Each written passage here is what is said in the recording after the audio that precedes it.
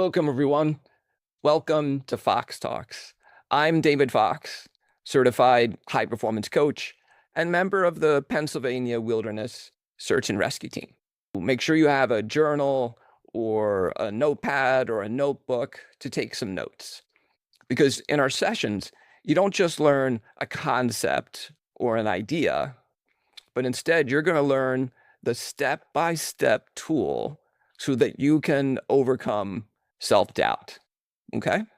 So today's session isn't just about a concept, it's about learning the actual steps that you can implement in your life as soon as this session is over. So let's dive in. We'll start with a question, and this can hit a little bit hard. So fair warning. If you spoke to your friends the same way that you sometimes speak to yourself, would you have any friends left? Right?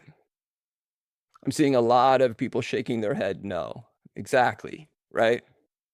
You see, most of us have an inner voice that's way too harsh. It's way harsher than it needs to be. And it second guesses, right? It criticizes.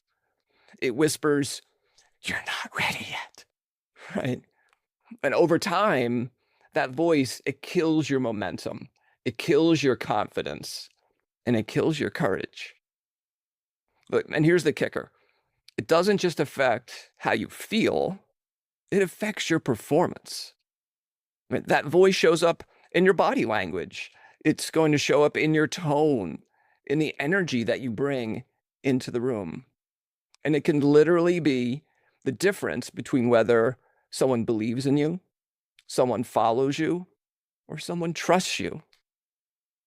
Like, your mind is ridiculously powerful, and it can take you to great heights if you direct it there. Or it can take you down a death spiral if you don't. You've all heard the sayings, if you think you can't, you're right. And she believed that she could, so she did. And both of those are 100% accurate. They're completely true. And what they both point to is that your thoughts shape your outcomes. Now, this isn't just motivational fluff. No, positive self-talk is one of the most evidence-based tools that we have in high-performance coaching. And it comes straight out of cognitive behavior research and peak performance science. So here's what's happening. So your self-talk is your inner dialogue, right? So it's how you interpret experiences. It's how you direct your attention. It's how you shape your identity. And it can work positive or negative.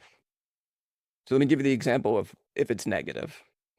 So when you have negative self-talk, your brain starts running like a confirmation scan, right? It looks for all the times that you failed, or the times that you had a misstep, or the times that you fell a little short from what you wanted. And it pulls them up as evidence, right? And meanwhile, it ignores all your wins. It ignores all the times that you crushed it, all the times that you nailed it, right? It just ignores anything that contradicts your negative narrative. That's why the more you tell yourself things like, "I always mess this up," the truer that it feels, even when facts say otherwise. So you know what? Do this in the chat. Type yes if you've ever had your own voice hold you back before a big moment. Okay, so either give me a thumbs up in the reactions or type yes in the chat if you've ever had your own voice hold you back before a big moment. Okay, hold on. Where's my chat? Okay. Yes. Yeah, okay. I see lots of yeses and I see some thumbs up reactions. Okay, yeah, so you're not alone. So let me share two quick stories. So Cristiano Ronaldo is a mega global soccer star. He's won 4 golden boots. And if you don't know what that means, it just means he scores a lot of goals. And so when he's standing over the ball, ready to take a penalty kick or a free kick, he says out loud his positive self-talk in front of millions of fans, a global TV audience. He says his positive self-talk. You can read it. You can read his lips. Now, he speaks 7 languages, so you might not understand what he's saying. He's probably saying it in Portuguese or maybe Italian. But here's what he says. He says, "You are the best. You will score. It is normal for you to score a goal." Then he kicks the ball and usually scores. Now, think about that for a moment. He's not doing this in secret. He's doing it in front of everyone. Everyone can see what he's doing. He's showing the whole world that his self-talk is part of his preparation. Now, let me give you an opposite example. So, Coco Gauff, she's an amazing American tennis player. And at the age of 19, she wins the US Open. At 19 years old, wins the US Open. So a year later, when she's defending her title, she spirals. She's a few missed shots. You can start to see the frustration build in her. And then the negative loop takes over. You start hearing her say things like, "I can't do this. It's all going wrong. Nothing's working." And she says this over and over to herself. And then she starts saying it to her coaching box. And the more she repeats it, the worse she plays. In the end, she had 19 double faults. And if you don't know what that means in tennis, that means essentially you gifted a point to your opponent. She does that 19 times. 19 points she gifts to her opponent. And she has 60 unforced errors.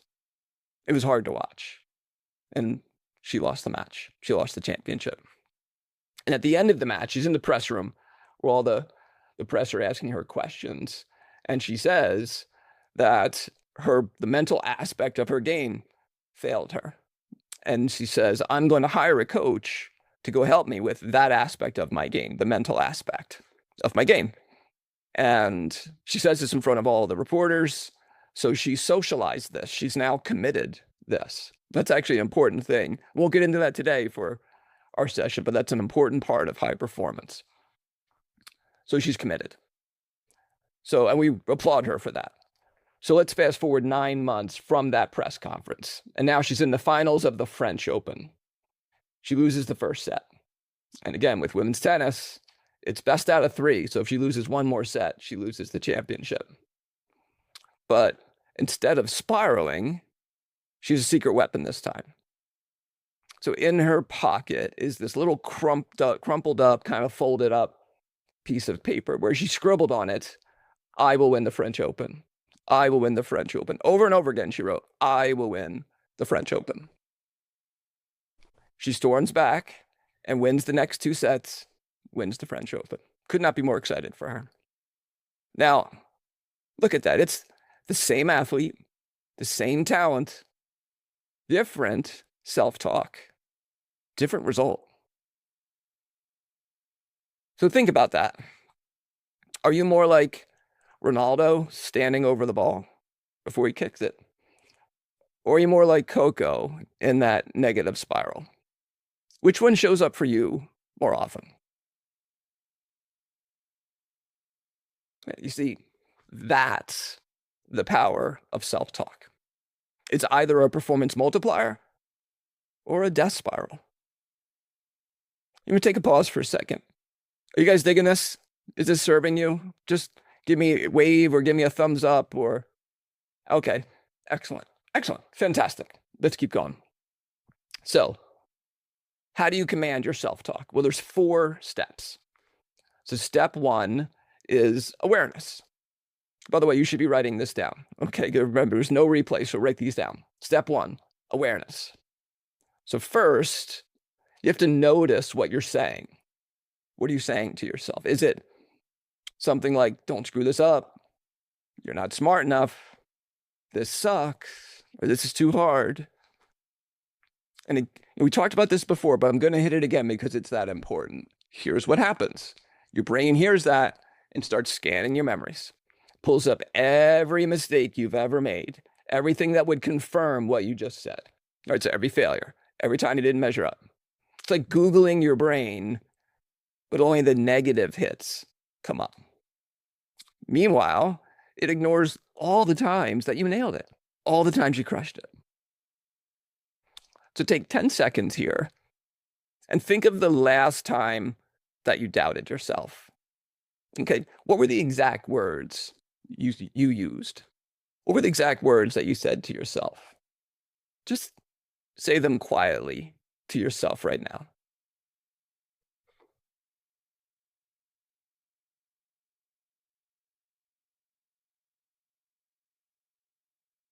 Now, would you ever say those words to a friend? Would you ever say those words to someone that you loved? So why are you saying them to yourself? Right? Okay, so that's the first step. Catch it. So step 2 is reset. So before we flip the script from something negative to something positive, you need to make a break. Okay, and that's where the reset comes in. So we use something called the release breathing technique. And in our full coaching sessions, in our one-on-one sessions, we go deep on this.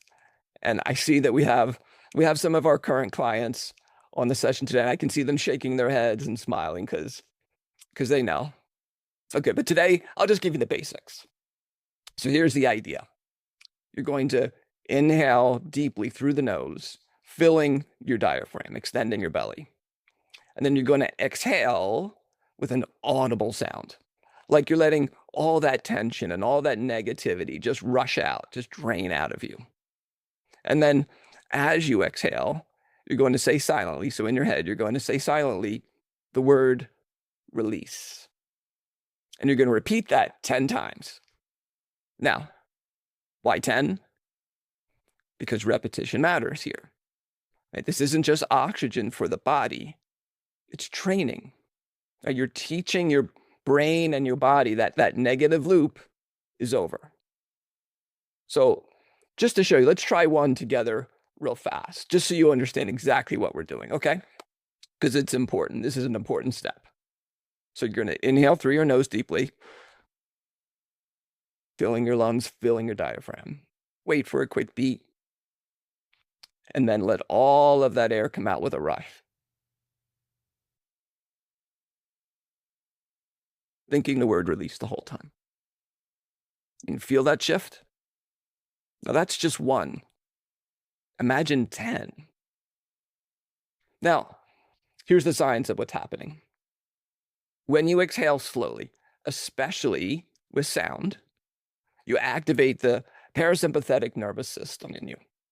Now, that's the part of your body that calms you down. So your heart rate will slow, your cortisol will drop, and your mind will clear. And at the same time, when you pair it with a command for your brain, when you pair it with the word release, it's like a mental off switch. Like you're saying to your brain, let go of the negativity, let go of the junk, and reset. So instead of marinating in, I can't do this, you give your body a clean break. You literally create space for a new script to run. So Jen and I use this before coaching sessions. I use this before search and rescue missions. We've taught it to clients who use it before presentations or arguments in court or board meetings or even some of those family conversations that are high stakes. It's quick, it's discreet, and it works. So remember, step 2 is reset, right? Release breathing, 10 breaths. That's how you clear the slate so that a new script has a place to take root. Okay, so you guys getting this? Is this serving you? Just give me a wave or a thumbs up if you guys are getting this. because we can geek out about these things we're fascinated by. Okay, great. Excellent. So, step 3, flip the script. So now we're ready to reframe. Now we're ready to replace the negative with an empowering truth. So you'll go for something like, it's from, this sucks, this is too hard, to, this will make me stronger. This is teaching me something. You'll go from, I'm no good, to, I'm learning quickly. I'll figure this out. You'll go from, don't screw this up, to, I'm prepared. I've got this. Bring it. Remember Ronaldo's line? It's normal for me to score a goal. You see, that is a pro mindset, right? He's normalizing success. So let's do this. In the chat, let's flip one. So write down a negative thought you've caught yourself using, right? And then write its positive version. So in the chat, in your notebook, if you don't want to do it in the chat, that's fine. Write down the negative, something negative you've thought to yourself, and then write the flip, the positive flip. Just take a quick minute to do that.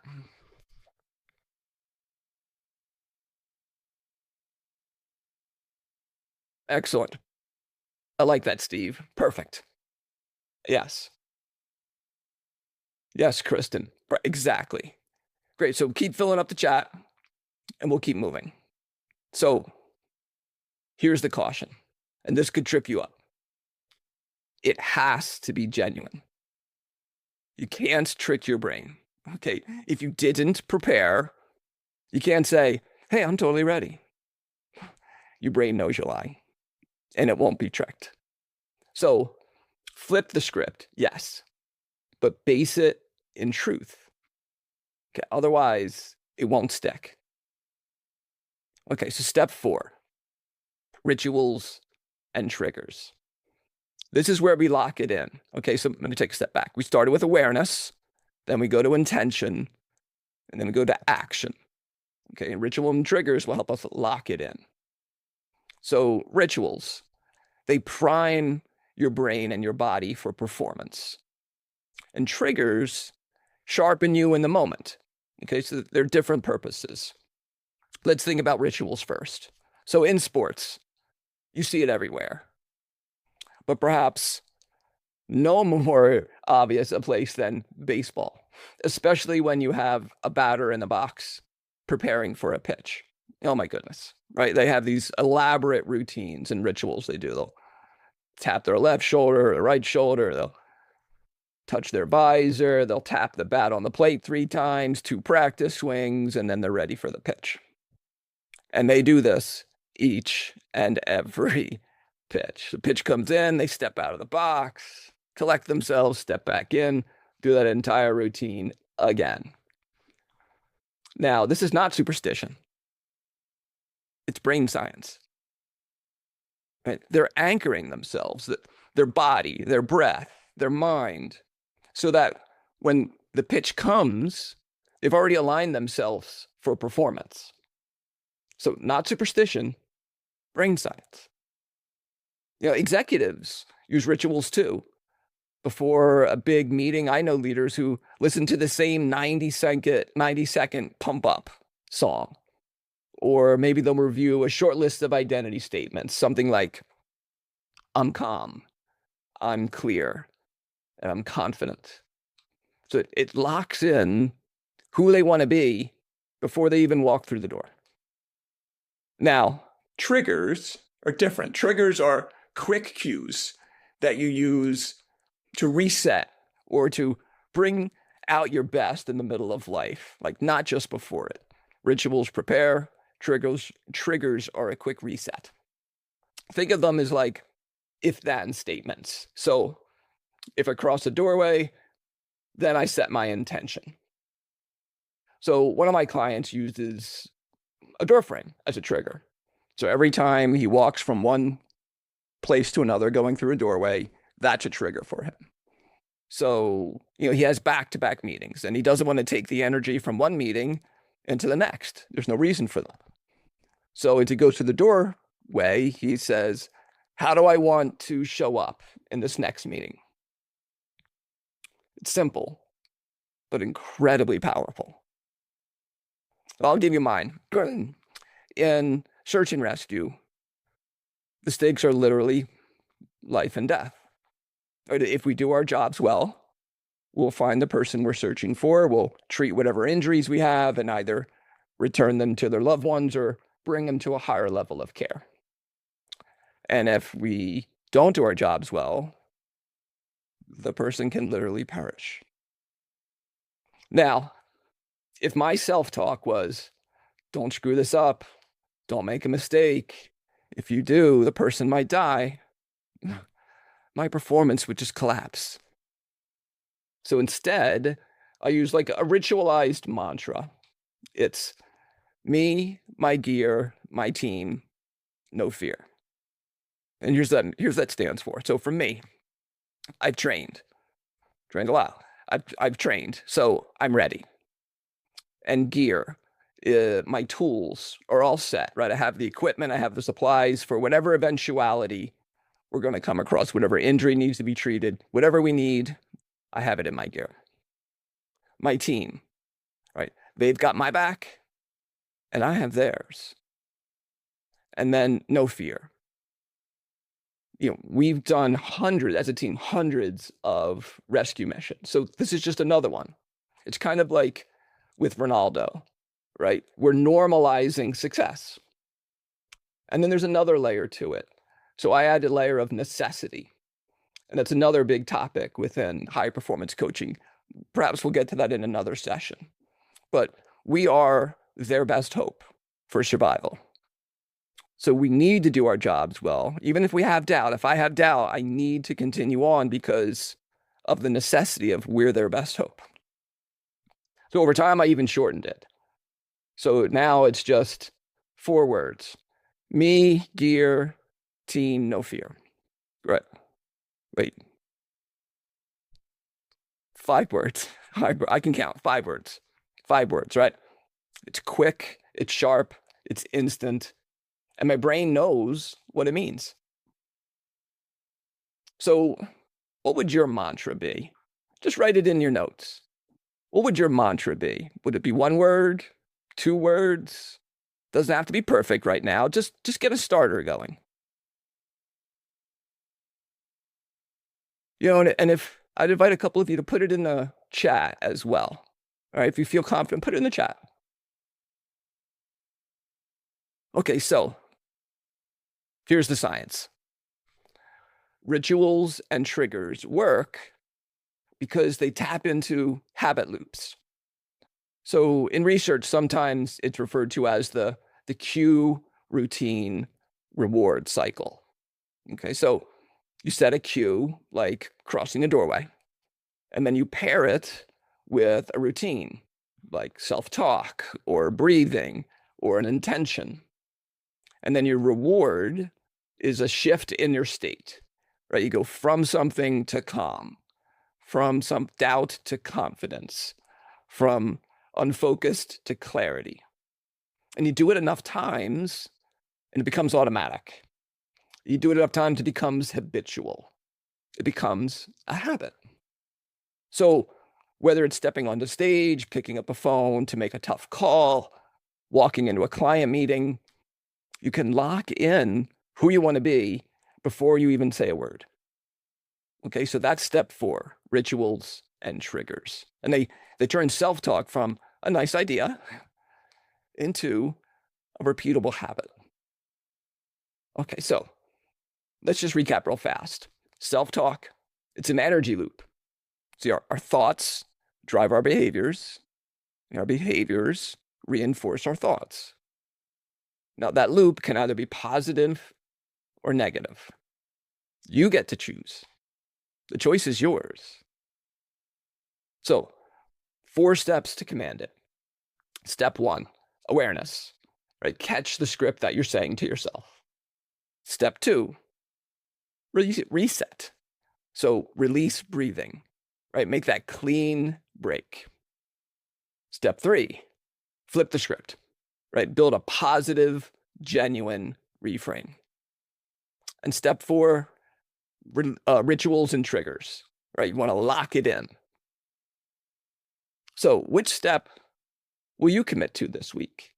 Will it be awareness? Will it be the reset? Will it be the flip? Or will it be the ritual? Which one will you commit to this week? Drop your choice in the chat.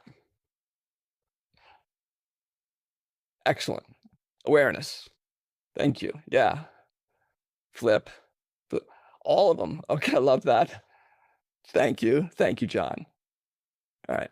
Excellent. So remember, this isn't theory, right? Special forces operators use it. Musicians and actors use it. Athletes use it. We use it in search and rescue. And it works because it's simple, it's evidence-based, and it's repeatable. So in a minute, we're going to share the topic for next week's session. And because you're here, you get to hear it first before almost anyone else does. I think that's pretty cool. But first, we have time for a couple of Q&A. Okay, so again, if you have any questions, put them in the Q&A. If we don't get to them today, we will send you an email directly with a response. Okay, where's my Q&A? Okay, so David, what if I catch myself in negative self-talk in the middle of a meeting, presentation, okay, I got to get better at reading these questions. How do I flip it? Great question. So the key is to keep it short and sharp, right? You don't have time for a full pep talk in the middle of a meeting, as an example, right? That's why we train with triggers and mantras. Something like ready, calm, clear, something like that, right? 3 words, quick reset. And that's enough to break that negative loop and redirect your brain towards action. Okay, so practice those short flips ahead of time. And then use them instantly once the pressure starts to hit. All right, thank you for that question. I think we have time for one more. Okay. How do I make positive self-talk consistent so it becomes automatic? Great question. Thank you, Steve. So consistency comes from practice. Right? You don't just pull this out on game day, right? Like you need to build it into your daily routines. So your morning rituals, your workouts, transitions between meetings, right? Use triggers every doorway, maybe every time you open up your laptop or something like that. That's your cue to reset with self-talk. And over time, your brain learns this new pattern so that when the pressure hits, it's automatic, right? That's when it really works. Let me give you a quick example. So before I became a high-performance coach and joined the search and rescue team, I was a product instructor for special forces medics and combat medics for a bit more than a decade, more than 10 years. And this was with the Navy SEALs and the Air Force pararescuemen and the Delta Force and the Marine Raiders and the Army Rangers and on and on.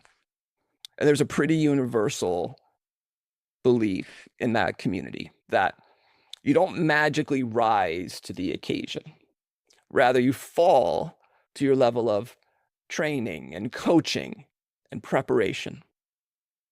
Let me say that again because that's important, right? So when you're called upon for action, when you have that moment, you're not going to magically rise to the occasion. Rather, you fall to your level of training, coaching, and preparation. So when you practice self-talk now, when the moment comes to perform, you will fall to this training. Make sense? Okay, I see some heads. Perfect. Okay, so let's close it out. If this session hit home for you, here's your invitation. Sign up for a free 60-minute strategy session with either me or Jennifer. Choice is yours. Right? It's just coaching. There's no catch. There's no cost. There's no strings. We're just going to dive into your goals, and you'll walk away with practical tools that you can start to implement in your life right away. We reserve a couple spots each month for these free strategy calls, so be sure to act quickly and grab yours. Okay, so next week's Fox Talk is on imposter syndrome. That's that nagging feeling that you're not ready, or maybe you're not worthy. So we're going to show you why that feeling is actually a good thing. That might raise a few eyebrows, right? We're going to teach you how to stop doubting yourself in critical moments and tools where you can own your seat at the table. Like, if today was valuable, share the invite with a friend, a colleague, or a family member. You see, in high performance, high performers, they don't just hog all the good info and training to themselves. They share it with those around them. They want to see everyone's life improve, everyone's gain rise. So we hope you'll take that same mantra. We hope you'll take that same way of thinking and share this information with those around you so we can all experience a greater level of performance in our lives. Oh, look, on behalf of Jennifer and myself, thank you for being here. It's been our honor to coach you. See you next week. Cheers.